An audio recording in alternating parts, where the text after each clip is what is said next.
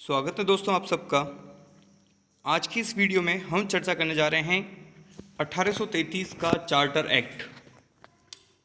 दोस्तों, भारतीय संवैधानिक इतिहास को अगर हम देखें तो काफ़ी महत्वपूर्ण है ये चार्टर एक्ट।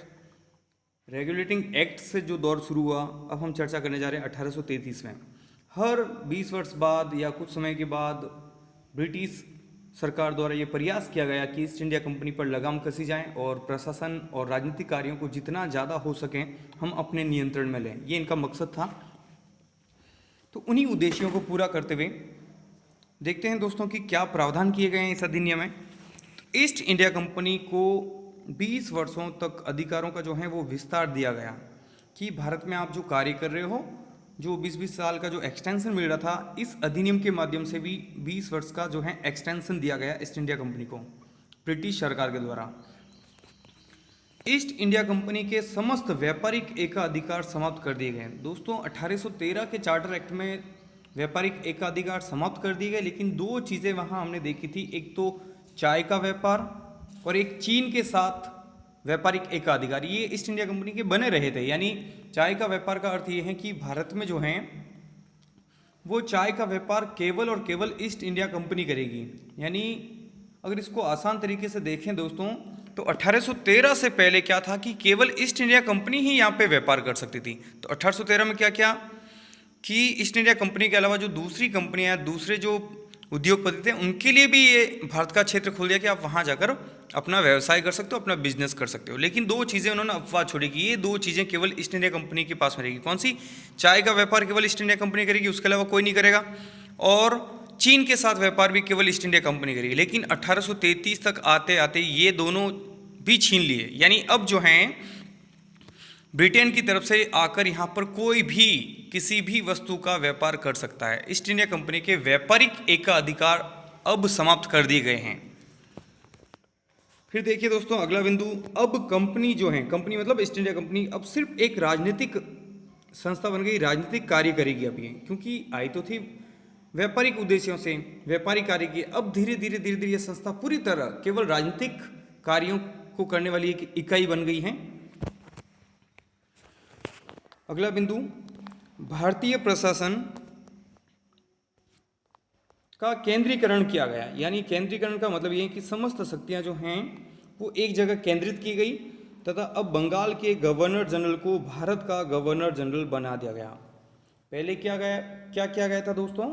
रेगुलेटिंग एक्ट में बंगाल का गवर्नर जनरल बनाया था, गवर्नर को गवर्नर जनरल बनाया था, बंगाल का गवर्नर जनरल, और जो मद्रास और मुंबई के जो गवर्नर थे वो बंगाल के गवर्नर जनरल के अधीन कर दिए गए।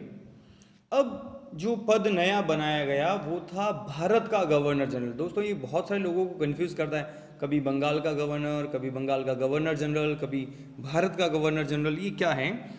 तो जो बंगाल का गवर्नर जनरल था उसका पद नाम बदल दिया गया है। इस पद को बना दिया गया है भारत का गवर्नर जनरल।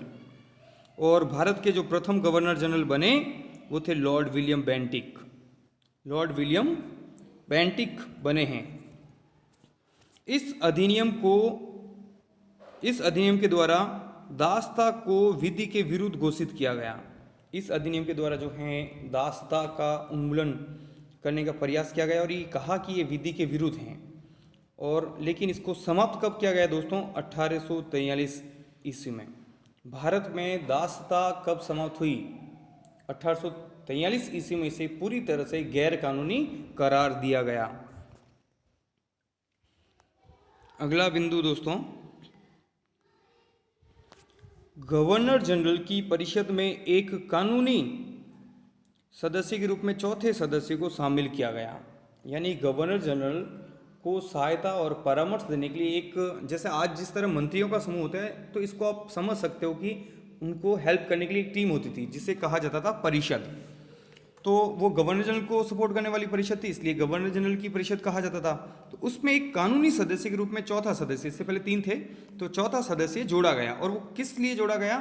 कानूनी सदस्य के रूप में, ताकि वो विधि का जो है संहिताकरण कर सकें, विधियों को व्यवस्थित कर सकें। सिर्फ कानूनी कार्य करने हेतु गवर्नर जनरल को सलाह देने के लिए और सहयोग करने के लिए एक पद बनाया गया कानूनी सदस्य के रूप में। और इस पद पर जो पहला व्यक्ति नियुक्त किया गया, लॉर्ड मैकाले। कौन था?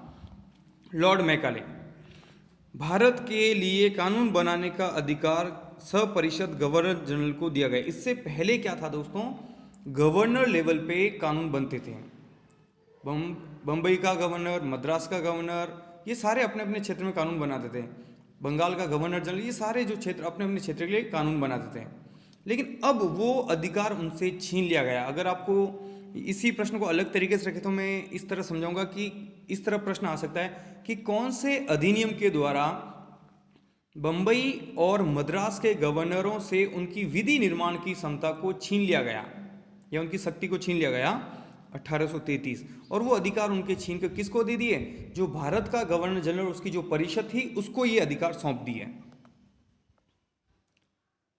देखिए वो गवर्नर जनरल की परिषद अलग थी, फिर विधि पर अब वो चाह रहे थे कि पूरे भारत को एकजुट करके, राजनीतिक रूप से एक करके हम अपना साम्राज्य पूरी तरह कठोरता से कायम करें। इसलिए वो विधियों का संहिताकरण करना चाहते। तो वो चाहते थे कि ज़्यादा से ज़्यादा चीज़ें स्पष्ट हो, हम अच्छे से अच्छा शासन को बना के रख सकें, अपने नियंत्रण में रखें। इसलिए उन्होंने एक 4 सदस्यीय विधि आयोग का भी गठन किया, ये 1834 में, और इसका जो अध्यक्ष था वो लॉर्ड मैकाले था। यानी अगर बात करें तो लॉर्ड मैकाले ने कानूनी सदस्य के रूप में और बहुत, या विधि आयोग के अध्यक्ष के रूप में बहुत अलग तरीके से काम करके दिया। और इसका मकसद एक ही था, ब्रिटिश संप्रभुता को यहाँ पे मजबूती प्रदान करनी, इस तरह के कानून लाना, इस तरह की चीज़ें, इस तरह का माहौल पैदा करना था जिससे उनका साम्राज्य दृढ़ हो सके। अगला बिंदु देखिएगा दोस्तों, इस अधिनियम के द्वारा नियुक्तियों में योग्यता संबंधी मापदंड अपनाए गए। क्या हुआ था कि जितने भी पद जो सार्वजनिक पद थे, सरकारी नौकरियों की अगर बात करें तो पहले जो है वो केवल अंग्रेजों के लिए होते थे। इस अधिनियम के द्वारा पहली बार उन्होंने ये पद जो हैं बिना भेदभाव के भारतीयों के लिए भी खोल दिया। अगर बात करें तो इसे इस तरह समझ सकते हैं कि बिना कोई जाति, धर्म, लिंग कुछ नहीं देखा जाएगा, जो योग्य होगा वो पद धारण कर सकता है। तो जो है नियुक्तियों में योग्यता का प्रावधान रखा गया, लेकिन ये प्रावधान बाद में हटा दिया गया दोस्तों। इस प्रावधान को बाद में बोर्ड ऑफ कंट्रोल के विरोध के कारण हटा दिया गया। जो नियंत्रण मंडल था ब्रिटेन में, उसने इसका विरोध किया। वो नहीं चाहते थे कि भारत के लोग ऊंचे पदों को प्राप्त करें, और वो अपने मकसद में जो हैं वो उतना सफल नहीं हो पाएंगे जब भारतीय यहाँ पे पहुँचेंगे। तो इसीलिए उन्होंने ये पद जो है वो संरक्षित या सुरक्षित रखना चाहते थे अंग्रेजों के लिए, इसलिए इसका विरोध किया और बाद में इस प्रावधान को हटा भी दिया गया है। इस अधिनियम के द्वारा कंपनी के जो डायरेक्टर हैं उनके संरक्षण को कम किया गया। ईस्ट इंडिया कंपनी को जो लोग डायरेक्टर थे, बोर्ड ऑफ कंट्रोल और बोर्ड ऑफ डायरेक्टर्स, दो समूह बनाए गए थे। तो बोर्ड ऑफ डायरेक्टर्स जो थे दोस्तों, उनके नियंत्रण को थोड़ा यूँ कहें कि कमज़ोर किया गया। तो ये था दोस्तों 1833 का चार्टर एक्ट, और इसमें प्रतियोगी परीक्षाओं में बहुत अच्छे अच्छे प्रश्न बनते हैं। तो आप अपने नोट्स भी बनाइएगा दोस्तों, और जिस भी कंपटीशन एग्जाम की तैयारी कर रहे हो दृढ़ता के साथ लगे रहिए, और प्रश्न किसी भी तरीके से आ सकते हैं दोस्तों। तो अपने जो हैं ओपन माइंड से चीज़ों को सोचिएगा, किस तरह अपने खुद के मन से सवाल बनाइएगा, बहुत अच्छा होगा। उम्मीद करता हूँ ये वीडियो आपको पसंद आया होगा। अगर आपको पसंद आया दोस्तों तो आप इसे लाइक और शेयर जरूर कीजिएगा। चैनल को सब्सक्राइब नहीं किया तो वो भी कर लीजिएगा दोस्तों। बहुत बहुत धन्यवाद।